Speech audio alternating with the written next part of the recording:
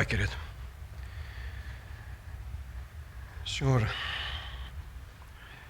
nesse momento, ao abrir Tua palavra,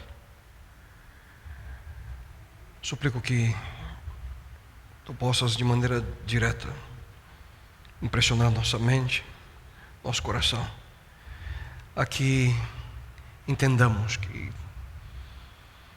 o caminho para a liberdade, através de uma vida simplificada, através de uma vida mais simples, também demanda de nossa parte viver segundo o Teu sonho, relacionado à decisão de viver seguindo-Te e viver compartilhando com outras pessoas aquilo que recebemos de Ti.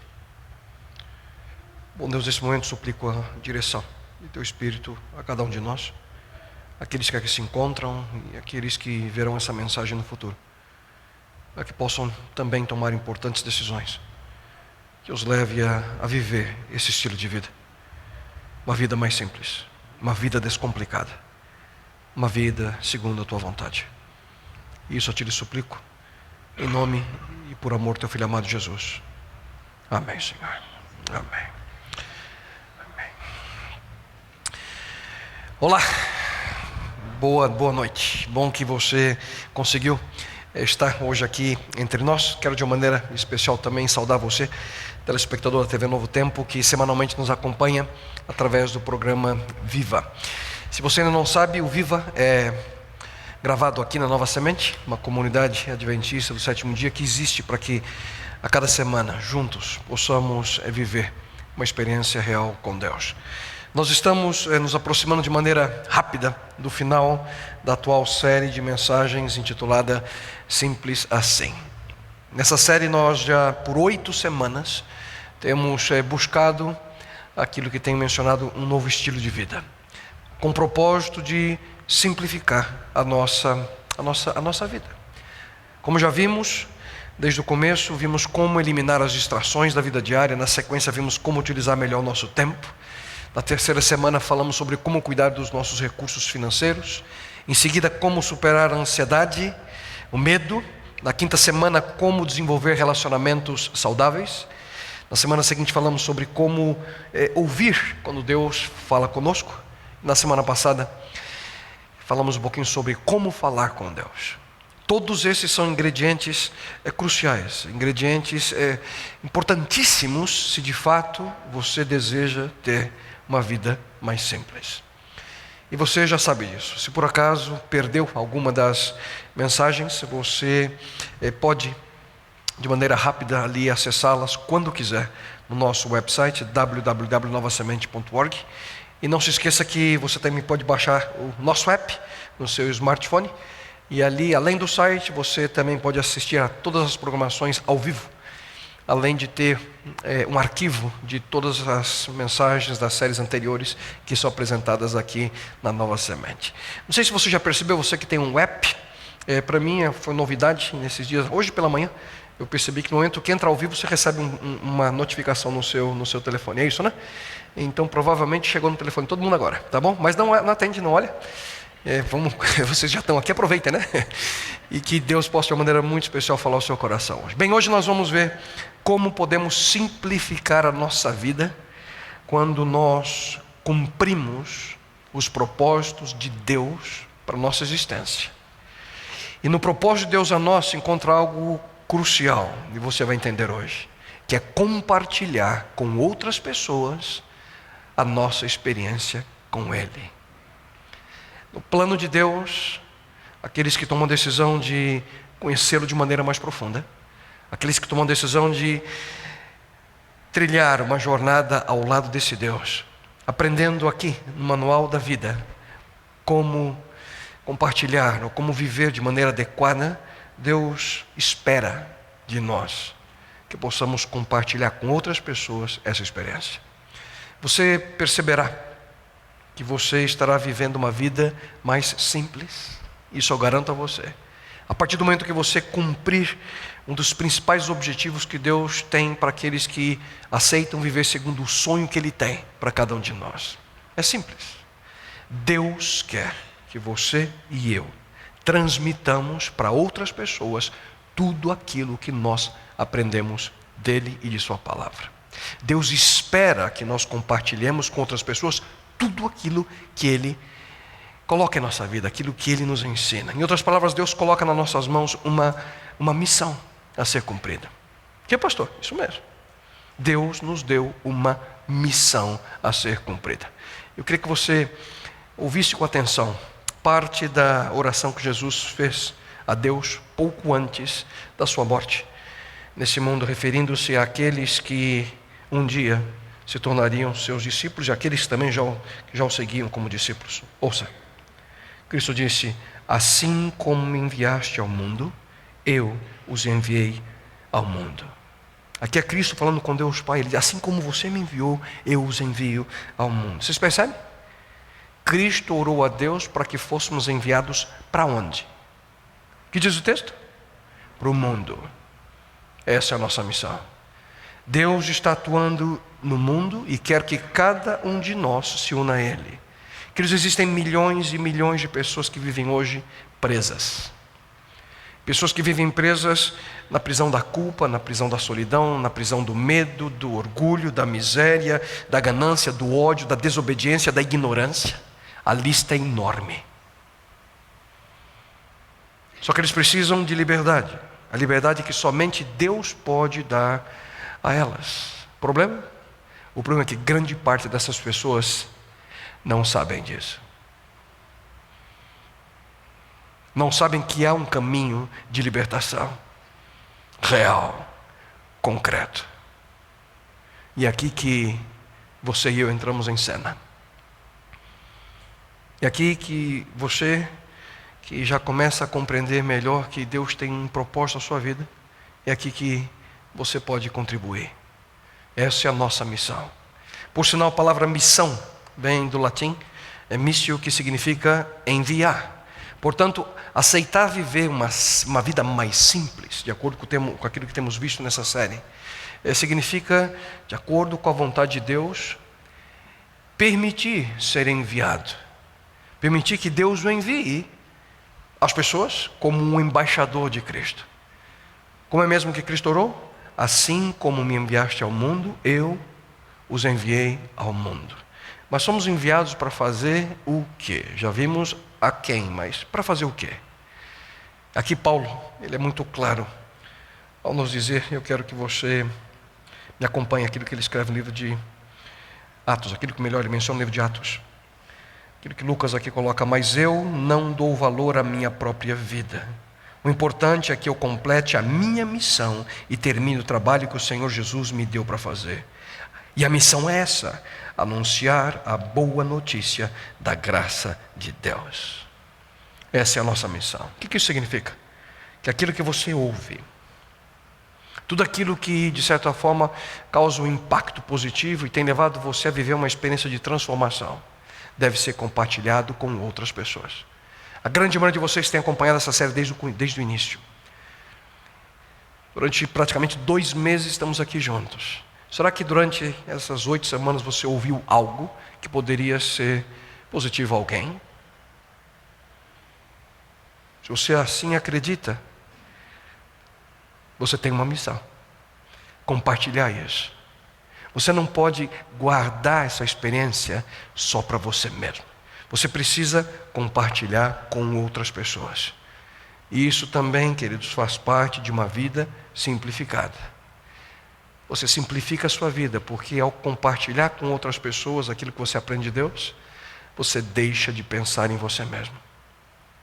E todas as vezes que tiramos os nossos olhos de nós mesmos e colocamos em outras pessoas com o intuito de ajudá-las, estamos indiretamente simplificando nossa vida.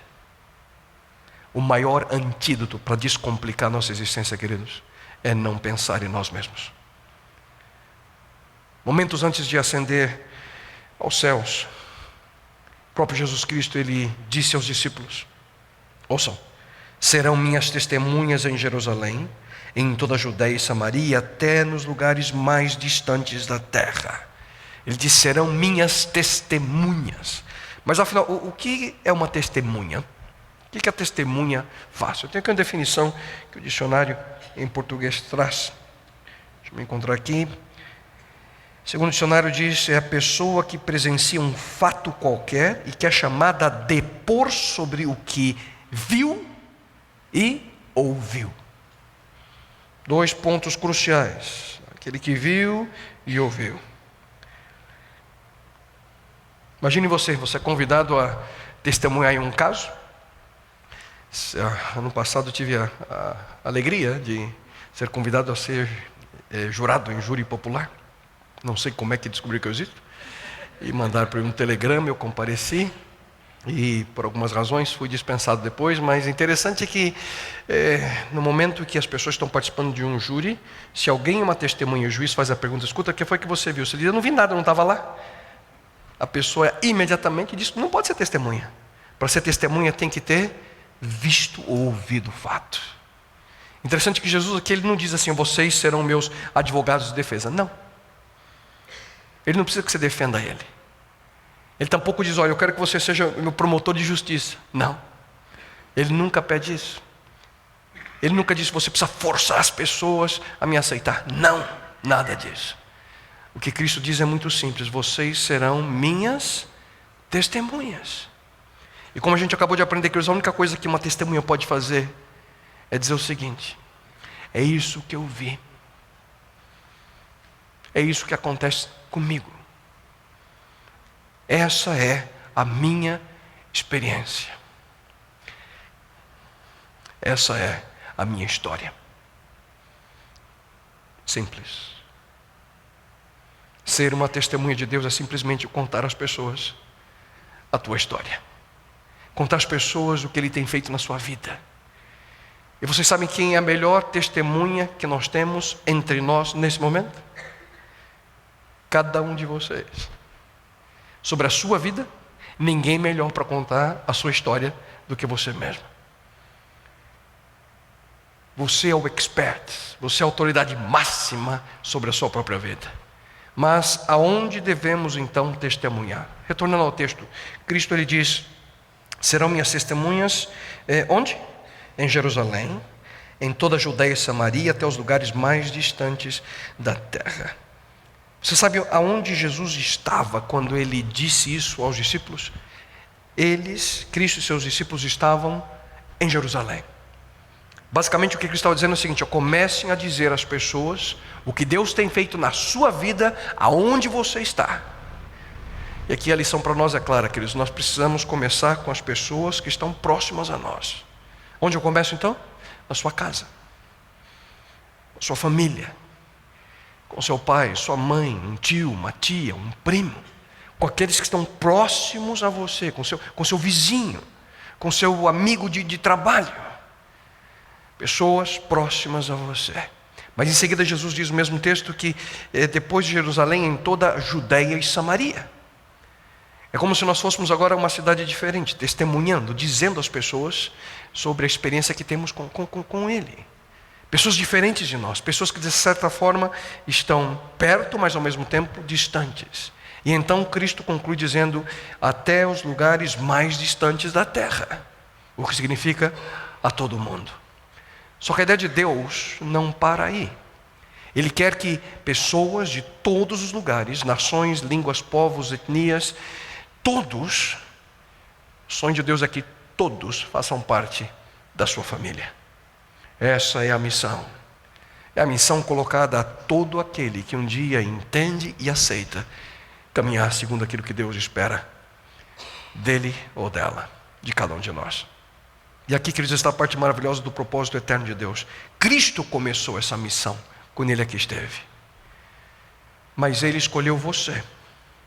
Ele escolheu a mim para completar essa missão. Ele colocou nas nossas mãos o alto privilégio, queridos, de terminar a missão que Ele próprio iniciou.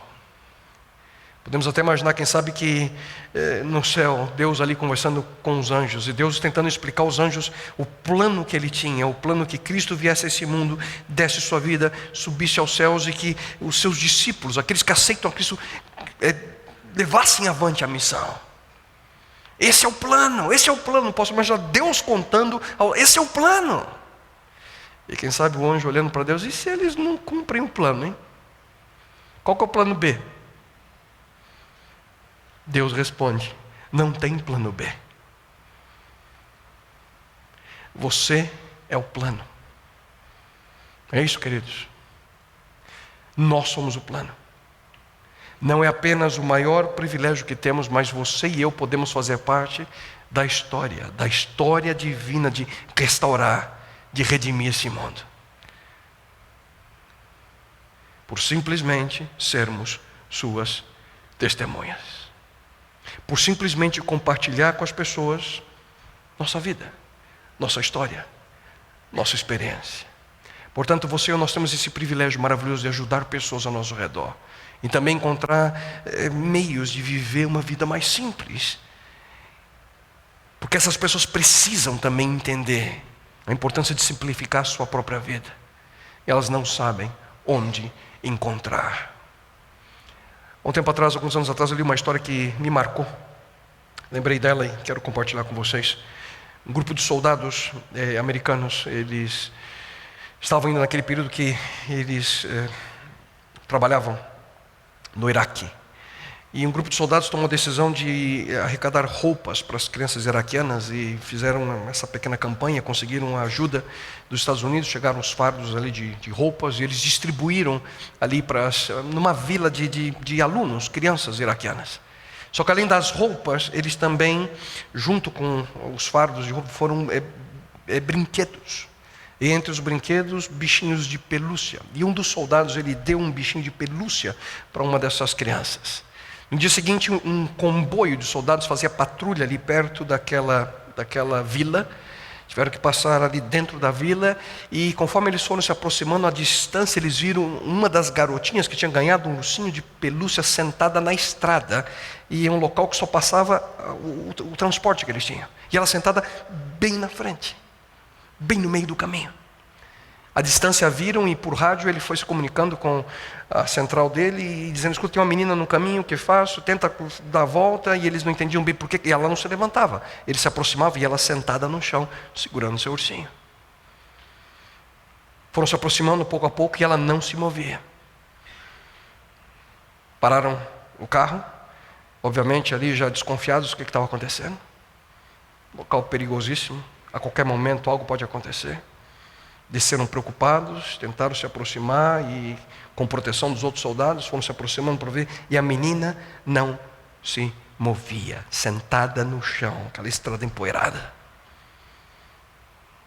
De repente um toma a decisão de se aproximar um pouco mais, se aproxima da menina, e quando ele percebe, ela estava sentada ao lado de uma mina, armada e pronta para destruir quem se aproximasse. Muito provavelmente ela viu aqueles que armaram a mina naquele local para exatamente destruir aquele comboio de soldados. E ela estava ali sentada, segurando o seu ursinho, basicamente expressando sua gratidão por aquilo que ela recebeu. Foi a maneira dela dizer obrigado. Ela só estava demonstrando, de certa forma, amor a estranhos, porque para ela, o que eles fizeram, dando a ela algo que ela nunca tinha visto, foi nada menos do que demonstrar amor em meio a tantas dificuldades que ela vivia. Ela recebeu ali carinho em meio ao medo. Ela recebeu atenção em meio ao momento difícil de sua vida. E a atitude dessa menina, queridos, foi uma resposta de gratidão. Essa história me fez pensar e me faz pensar em outra realidade, na minha realidade. E eu espero que também leve você a pensar na sua realidade. A palavra de Deus, queridos, diz o seguinte: nós não precisamos ter nenhum receio de alguém que nos ama com perfeição. Seu perfeito amor por nós afasta todo o temor daquilo que Ele poderia nos fazer. Se estamos com medo é porque não estamos completamente convencidos de que Ele realmente nos ama. Portanto, o nosso amor por Ele vem como resultado de nos ter Ele amado primeiro. Quem amou primeiro? Ele nos amou primeiro. Ele teve a iniciativa. Mas você pode estar se perguntando, mas como? Como? Na carta que o apóstolo Paulo escreveu à igreja de Roma, nós encontramos de maneira clara a resposta. A prova do amor surpreendente de Deus é esta: enquanto ainda éramos pecadores, Cristo morreu por nós. Ele nos amou primeiro. Como? Dando sua vida por nós. E eu pergunto a você, se você consegue entender essa realidade e aceitá-la na sua vida, qual é a sua resposta de gratidão a Ele? O que você tem feito, além de simplesmente, quem sabe, verbalizar ou pensar em sua mente: Senhor, obrigado. Eu acho que todas as orações que faço a Deus, em algum momento agradeço a Ele: Senhor, obrigado, porque eu sei que eu não mereço. Sempre agradeço a Deus, mas creio que a nossa gratidão a Deus deve ser mais do que apenas palavras. Nossa gratidão a Deus precisa ser mais do que simplesmente um pensamento. Jesus Cristo, queridos, Ele veio a esse mundo e deu sua vida em uma cruz para que eu e você pudéssemos hoje ter esperança, para que eu e você pudéssemos hoje encontrar a verdadeira libertação de tudo aquilo que ainda nos prende a esse mundo.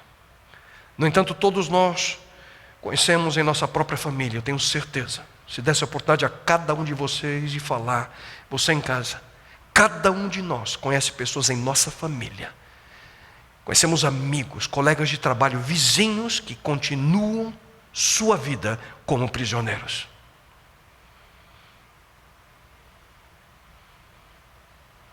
Continuam a trilhar por caminhos repletos de minas que não podem ver. Como citei há pouco, amargura, medo, insegurança, solidão, não sei, fracasso, falta de propósito na vida. E ao final da sua existência, essas pessoas elas podem chegar ao ponto, queridos, de completa e eterna alienação de Deus. Só que quando nós buscamos compreender melhor a vontade do Criador para a nossa vida, nós começamos pouco a pouco a enxergar algumas dessas minas. Quanto mais você se aproxima dele e de sua carta de amor, a Santa Bíblia, você começa a perceber que esse caminho não é o ideal. E se você tem essa percepção, você precisa pensar: o que eu posso fazer agora para ajudar? Para proteger outras pessoas, assim como aquela menina fez.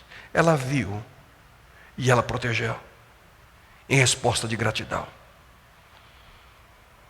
E você que hoje vê, você que entende, o que você tem feito em resposta de gratidão? Sentimos a vontade de parar na frente daqueles que amamos e são importantes a nós e dizer a essas pessoas: não continue nesse caminho, pega o desvio, siga o caminho de Deus. O caminho de Deus é diferente. Mesmo que alguns possam indagar: mas que caminho é esse? Que caminho é esse que você está falando? O caminho que Ele mesmo mencionou: eu sou o caminho, a verdade e a vida. Ninguém vem ao Pai senão por mim. Esse é o caminho. Queridos, esse é o caminho para uma vida simplificada. O único caminho onde nós podemos encontrar paz, esperança, amor, aceitação, graça, propósito a nós, segurança, bondade. O único caminho, esse é o caminho. E seguindo por esse caminho ao final da sua vida, e também daqueles aqueles a quem você ama, aqueles a quem amamos, eles vão poder encontrar um lugar para viver eternamente ao lado de Deus. Mas a grande pergunta de hoje que eu gostaria de deixar com vocês é: como nós podemos ajudar nossos amigos e familiares? Como nós podemos ajudar pessoas a quem queremos bem, a que escolham seguir o melhor caminho? Eu quero convidá-lo nessa segunda parte da mensagem a ler comigo 4 versos. 4 versos do mais extraordinário sermão que Cristo fez, a mais extraordinária mensagem que Cristo apresentou quando Ele esteve nesse mundo, há pouco mais de 2000 anos. Esses versos estão ali no Evangelho de São Mateus, no capítulo 5, dos versos 13 até o 16. E eu convido você a acompanhar a leitura comigo. Cristo disse: e disse àqueles que tomavam a decisão de segui-lo: vocês são o sal para a humanidade. Mas se o sal perde o gosto, deixa de ser sal e não serve para mais nada. É jogado fora e pisado pelas pessoas que passam. Vocês são a luz do mundo. Não se pode esconder uma cidade construída sobre um monte. Ninguém acende uma lamparina para colocá-la debaixo de um cesto. Pelo contrário, ela é colocada no lugar próprio para que ilumine todos os que estão na casa. Assim também a luz de vocês deve brilhar, para que os outros vejam as coisas boas que vocês fazem e louvem o Pai de vocês que está no céu. Aqui, querido, Jesus está dizendo basicamente isso. Você sabe por que vocês estão aqui?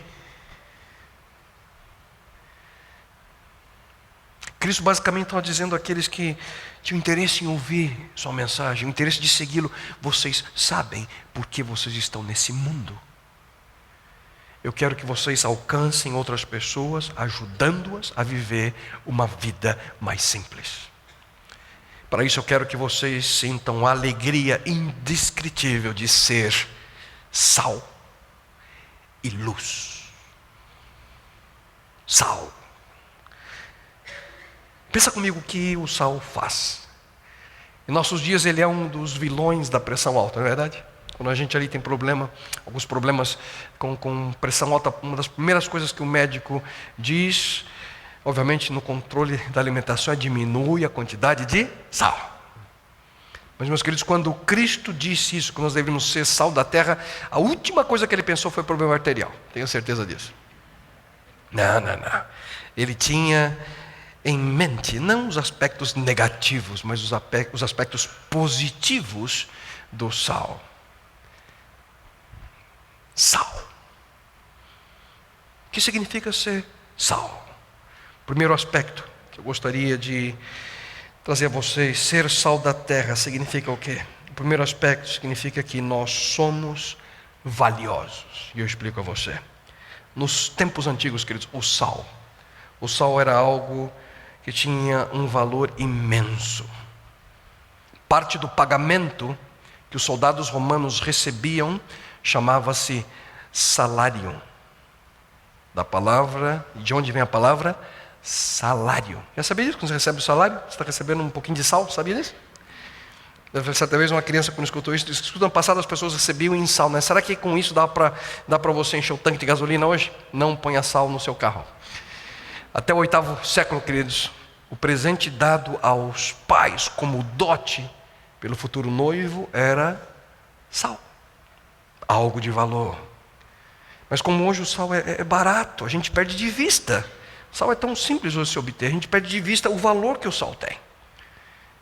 Jesus quis também dizer que nós somos sal porque nós temos um grande valor. Ouça com atenção aquilo que nós encontramos em suas próprias palavras. Cristo diz: olha os passarinhos, eles não se preocupam com a comida, eles não precisam semear, colher ou guardar comida, pois o Pai Celeste de vocês os alimenta.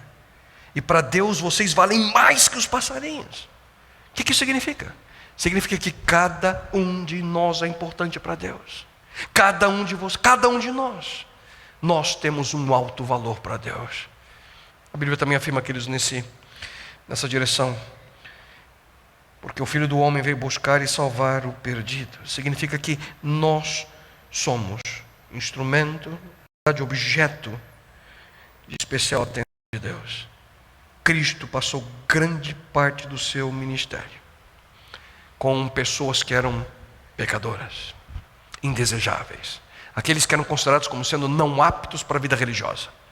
E foi por essa razão que os fariseus, os líderes religiosos ali, faziam exatamente o contrário. Quando viam Jesus próximo dessas pessoas, se ele soubesse quem são essas pessoas, ele não permitiria que se aproximasse dele. E foi por essa razão que certa vez Jesus Cristo contou 3 histórias consecutivas. No passado eu já entrei em detalhe nessas histórias, mas quero, de maneira breve, apenas recapitular. A primeira foi a história de um pastor de ovelhas, que perdeu uma de suas 100 ovelhas. Ele deixou as 99 e foi atrás da perdida até encontrar, trazer de volta ali para o seu aprisco, e em seguida ele dá uma festa para os seus amigos, porque aquilo que havia se perdido foi finalmente encontrado. Em seguida Jesus conta a história de uma mulher que perdeu uma de suas 10 dracmas, 10 moedas. Então ela fez ali uma tremenda faxina na sua casa, procurou em cada cantinho, levantou o tapete, cada cantinho da casa, até encontrar a moeda perdida. E da mesma forma, quando ela encontra a moeda, ela comemora, faz uma festa, chama as amigas, as vizinhas, comemoram, porque aquilo que havia se perdido foi finalmente achado. E finalmente Cristo conta uma terceira história, a história de um homem que tinha 2 filhos. O mais novo se cansou da vida de menino de fazenda e, sonhando com a vida ali na cidade grande, ele pede ao pai parte da herança, com o intuito de sair de casa, ofendendo o seu pai, pedindo a herança antes mesmo da sua morte. E relutante ali o pai o atende, ele deixa tudo, larga tudo e vai para uma terra distante, onde ele gasta cada centavo do dinheiro ali que o pai lhe deu com entretenimento, prazeres materiais.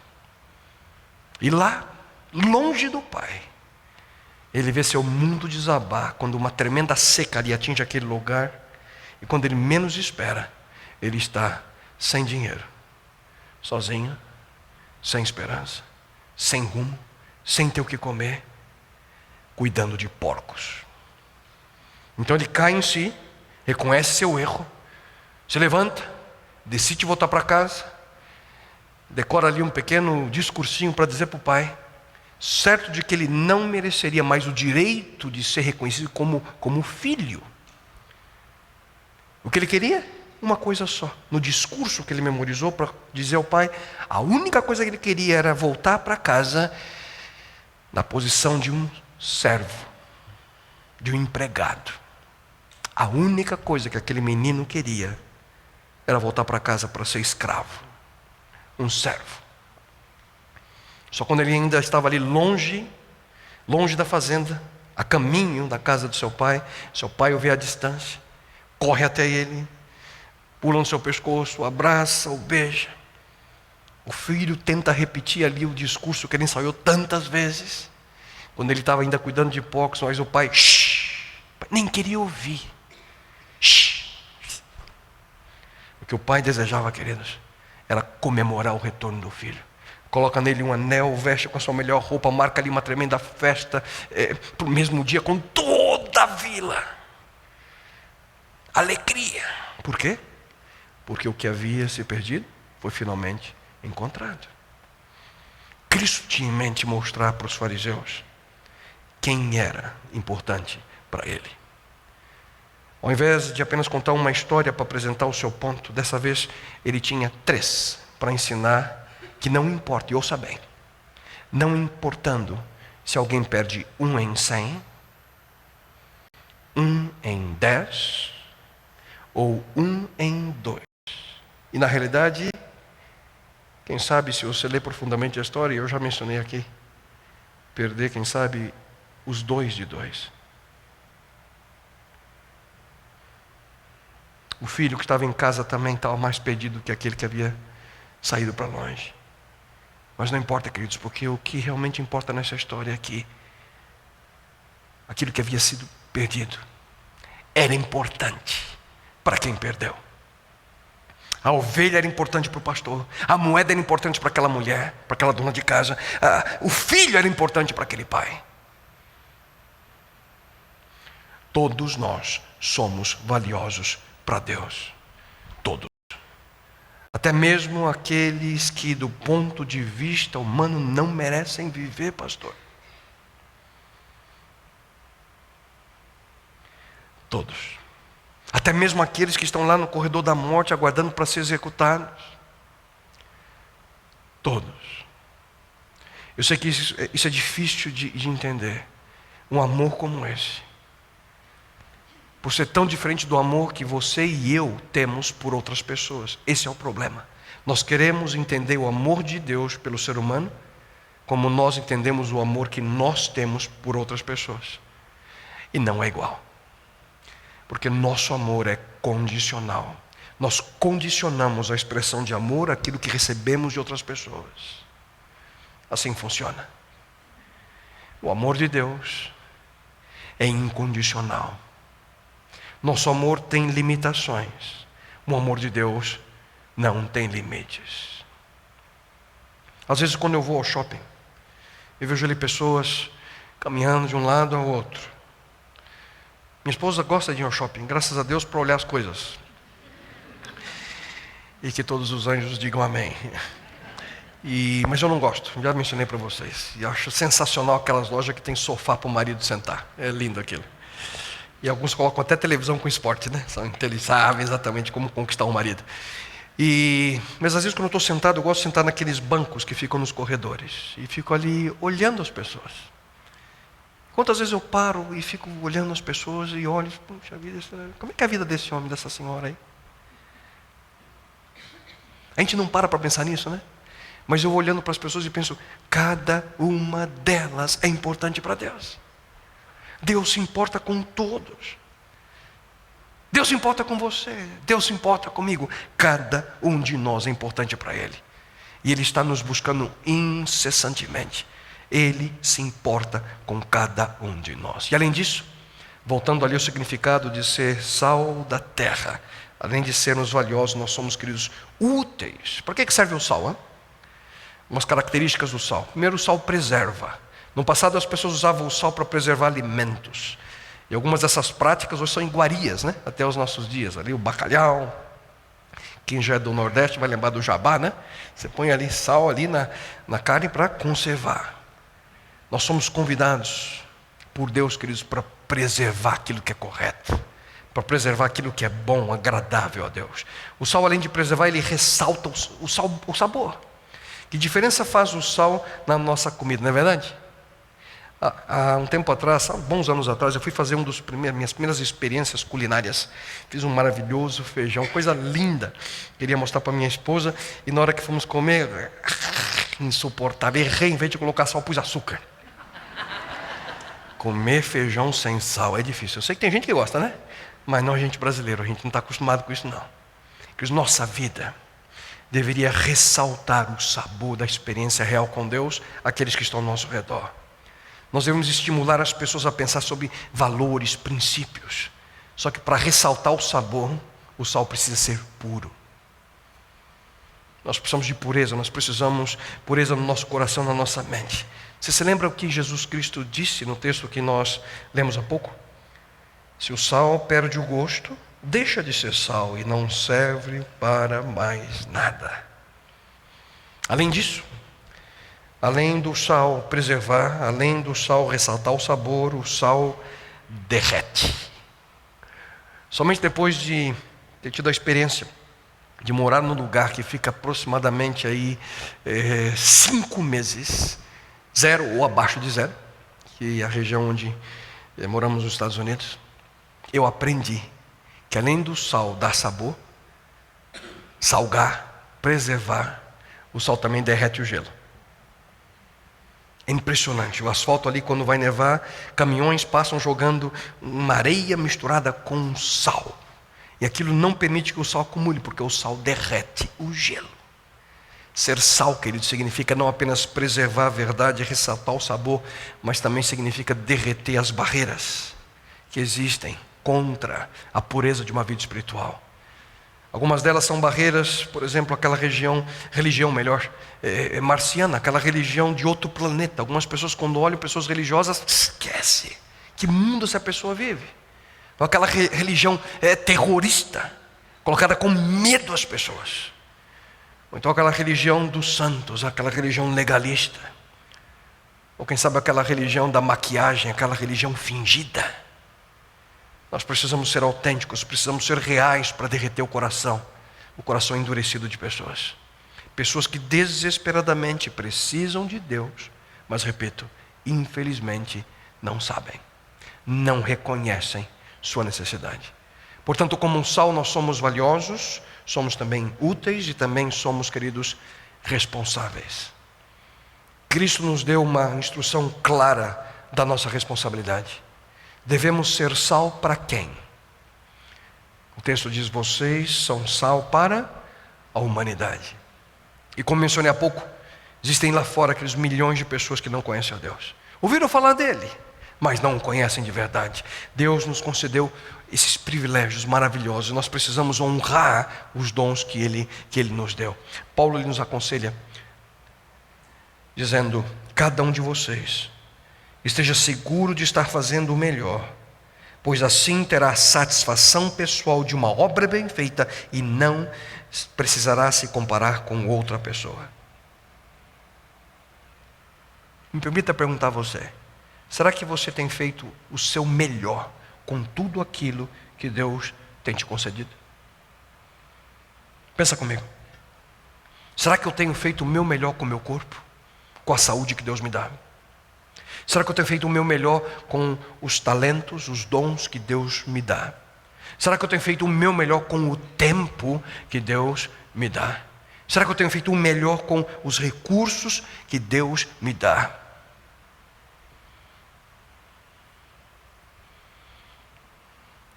Mas isso não é tudo.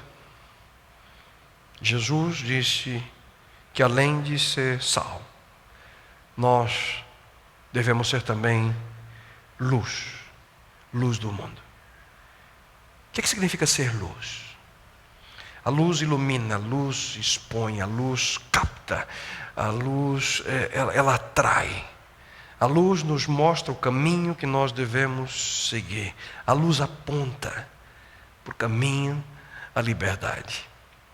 Eu tenho nos chaveiros, tanto do meu carro quanto da minha esposa, uma pequena lanterninha, pequenininha, de LED, bem pequenininha. E quando você acende ela com luz do ambiente, ela não faz diferença nenhuma. Pouco tempo atrás tivemos um problema em que não houve luz no nosso prédio, precisamos descer pelas escadas e não há janela alguma. Moramos no 5º andar, não há janela alguma na escada de segurança. Quando você fecha aquela porta de aço, corta fogo, você não enxerga absolutamente nada. E que diferença faz ter uma lanterninha pequenininha nessa hora? Impressionante. Você enxerga tudo. A luz tem esse poder. A luz, queridos, ela brilha e atrai, mas não a nossa própria luz, e sim a luz daquele que é a verdadeira luz. Davi certa vez declarou: pois em ti está o manancial da vida, na tua luz vemos a luz.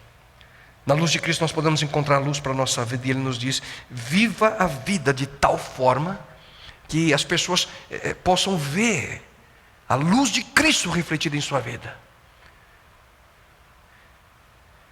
Eu vou fazer com que a minha compaixão brilhe em meio às trevas de desespero, às trevas de solidão. E dessa forma, aqueles que assim desejam ser atraídos por mim, diz Cristo. E Ele afirmou: eu sou a luz do mundo. Quem me segue nunca andará em trevas, mas terá a luz da vida. E queridos, esse é um tremendo privilégio que temos. Ele confiou a você e a mim o privilégio de ser essa luz. Cristo concede a nós, a todos aqueles que decidem viver de acordo com a sua orientação, e Ele confiou a mim e a você a mais importante mensagem que existe: como ser reconciliado com Deus, como encontrar significado e propósito para a vida, como viver de acordo com a revelação, com aquilo que Ele espera de nós, como se preparar para passar a eternidade ao lado de Deus. É a mais importante mensagem do mundo, porque Deus amou o mundo de tal maneira que deu seu Filho unigênito para que todo aquele que nele crê não pereça, mas tenha a vida eterna. A mais importante mensagem do mundo, Deus decidiu disseminá-la através daqueles que o aceitam. Como? Como sal e luz. Só que o sal não pode ficar dentro do saleiro, e a luz não pode ficar escondida debaixo de um balde. E eu sou imensamente grato a Deus por ter encontrado pessoas que fazem parte dessa comunidade, e pessoas que fazem parte da minha vida, que foram sal e luz para mim. Carlos. E esse nome é fictício, não é real. Eu conheci essa pessoa anos atrás. Ele compartilhando sua experiência com um grupo de jovens, quando eu era um garoto ainda. Carlos tinha sido assaltante de banco. Havia sido preso pela rota. E naquele momento do passado, em virtude de todos os problemas relacionados com a criminalidade, ele, em brigas, ele foi fuzilado vivo, juntamente com diversas outras pessoas, no matagal, na região do ABC Paulista. Todos foram colocados no chão e foram ali fuzilados. Só que não perceberam que ele estava vivo. Fingiu de morto. Salvou-se, caiu novamente, foi preso, foi parar na antiga penitenciária de Carandiru. Ficou anos preso. E lá na penitenciária ele teve um encontro especial com Deus. Foi transformado por ele. E a paixão desse jovem pela Bíblia foi para mim sal e luz. E eu confesso aqui a vocês, foi pela primeira vez na minha vida que eu decidi estudar a sério esse livro. Foi depois de ter escutado a história desse rapaz. Mal sabe ele, perdemos completamente o contato, mal sabe ele, que muito provavelmente a sua atitude teve uma grande influência na minha decisão de ser um pastor. Alguém que não foi sal dentro do saleiro. Alguém que não foi luz embaixo de um balde. Só que antes de terminar, eu tenho uma pergunta para você. Por que compartilhar minha experiência com Jesus? Em primeiro lugar, porque é um grande privilégio, queridos. Embora seja uma grande responsabilidade, participar da missão que Deus nos concede é uma enorme honra e privilégio. Na Bíblia nós encontramos todas essas novas vêm de Deus, que nos trouxe de volta a si mesmo por meio daquilo que Cristo Jesus fez. E Deus nos deu o privilégio de insistir com todos para que se tornem aceitáveis diante dEle e se reconciliem com Ele. A nossa missão, que envolve pelo menos dois grandes privilégios: trabalhar com Deus e representá-lo. Deus nos assegura a salvação através de Jesus Cristo e Ele nos aceitou em sua família. Ele dirige a nossa vida. Ele coloca a sua presença ao nosso lado e quer que nós sejamos seus representantes nesse mundo. E esse, com certeza, é um maravilhoso privilégio que cada um de nós temos. Por quê? Por que compartilhar? A segunda razão, porque é a melhor coisa que você pode fazer. Se o seu vizinho tivesse câncer e você soubesse a cura, seria criminoso você reter essa informação só para você. Se você soubesse de uma informação que pode salvar a vida de pessoas ao seu redor, o que você faria? E sem dúvida alguma, a maior decisão que nós podemos fazer após aceitar Deus e o seu plano na nossa vida é compartilhar com outras pessoas a mesma experiência. Terceira razão, tem um valor eterno. Se participar da missão de Deus fará diferença no destino eterno de outras pessoas, com certeza ela é a mais importante do que qualquer emprego, do que qualquer realização, objetivo que você possa ter na sua vida. Porque os resultados da sua participação na missão de Deus serão eternas. Portanto, nada tem o mesmo valor. Nada. A Bíblia diz: enquanto é dia, precisamos realizar a obra daquele que me enviou. A noite se aproxima, quando ninguém pode trabalhar. Preste muita atenção nisso que Cristo disse. Se aproxima o momento em que não poderemos mais trabalhar por Ele. Porque as decisões feitas até então serão eternas, não mais serão alteradas. E a última razão traz significado, queridos, para a sua vida. Certa vez alguém escreveu algo assim: o melhor uso que se pode dar à vida é empregá-la em algo que permanecerá além dela. Se nós falhamos em cumprir aquilo que Deus espera de nós, nós teremos desperdiçado a vida que Ele nos deu. Mas a vida não vale nada, a menos que eu viva para fazer a obra que o Senhor Jesus me destinou. A obra de contar aos outros a boa nova da graça e do amor de Deus.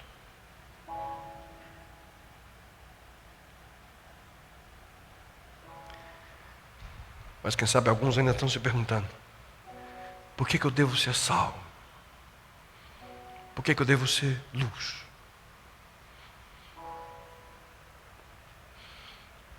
Porque Ele nos amou primeiro.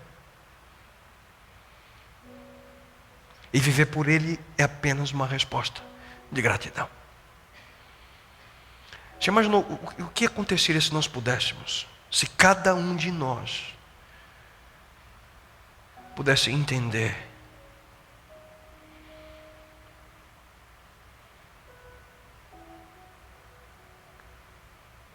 e não só entender, mas viver a experiência de compartilhar compaixão de uma forma especial durante essa semana com alguém. Pense comigo. Será que no seu círculo de amizades, de relacionamentos, existe alguém que você sabe que está precisando da presença de Deus na vida dele ou na vida dela? Por que não usar essa semana? Quem sabe hoje, ou amanhã, não sei, um telefonema, uma mensagem de texto, uma passagem, um verso da Bíblia, uma palavra de anelo, uma demonstração de atenção, carinho. Quem sabe convidando essa pessoa para estar aqui no próximo sábado, para que ele possa ouvir também como simplificar a sua vida. Queridos, por que não buscar formas concretas de demonstrar a verdadeira religião que Deus quer de cada um de nós? A religião pura que Deus, o nosso Pai, aceita como pura e imaculada é essa: cuidar dos órfãos e das viúvas em suas dificuldades e não se deixar corromper pelo mundo. Esse é um convite especial. Ser sal e luz para aqueles que tanto necessitam. Assim também a luz de vocês deve brilhar, para que os outros vejam as coisas boas que vocês fazem e louvem o Pai de vocês que está no céu. Deus diz a você e a mim hoje: eu quero que vocês sirvam outras pessoas de tal forma que os olhos delas se voltem para o céu. Por que não extravagar o amor de Deus àqueles que tanto precisam? Por que não ajudar pessoas a sair de suas prisões pessoais, particulares, e viver uma real experiência de libertação? Queridos, essa é uma decisão que todos nós precisamos fazer. Se você quer viver uma vida simplificada, de acordo com o propósito que Deus tem a você e a mim, como hoje compartilhei contigo, faça o mesmo. Compartilhe com outras pessoas sua experiência com Deus. Compartilhe com outras pessoas a sua história. Não há segredos. Não há complicação. Em realidade, é bem simples. Simples assim. Bom Deus,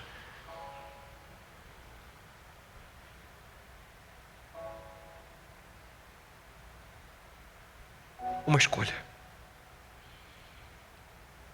uma decisão. Escolha a decisão de ser sal em um mundo que sofre.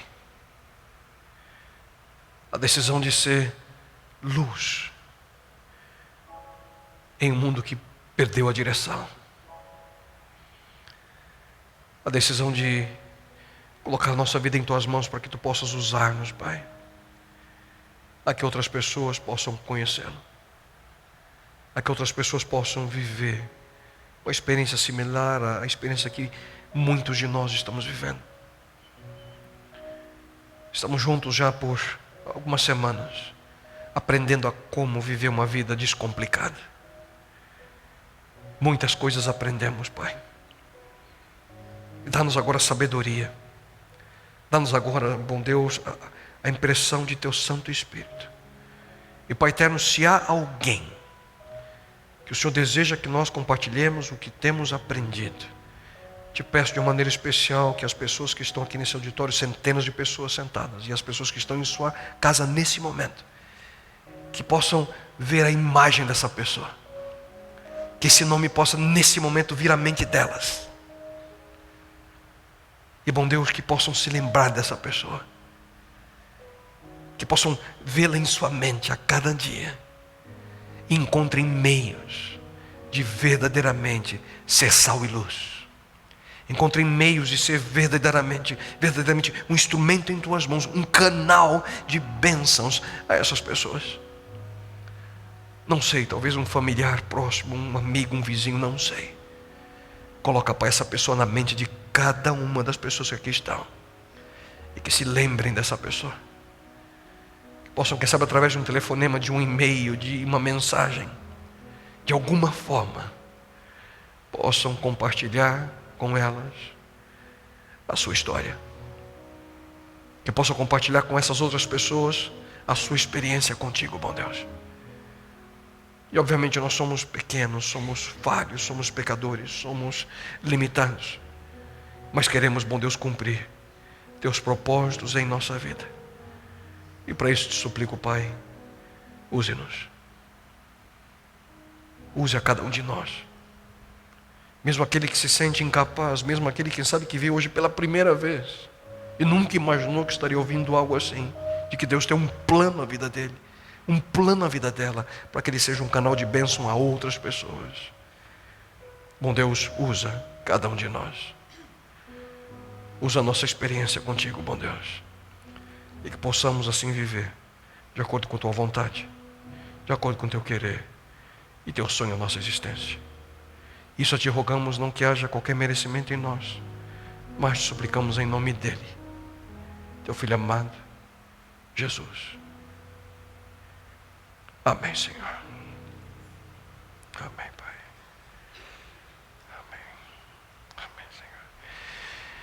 Queridos, que Deus possa de uma maneira especial, não só abençoá-lo ao sair daqui, mas usá-lo essa semana. Um desafio a cada um de nós, que Deus coloque essa pessoa que você pensou aí na sua mente a noite inteira, amanhã, o dia inteiro, se lembre dela, faça algo, compartilhe sua história. Espero vocês no próximo sábado, quando estaremos concluindo essa série simples assim. Que Deus os abençoe.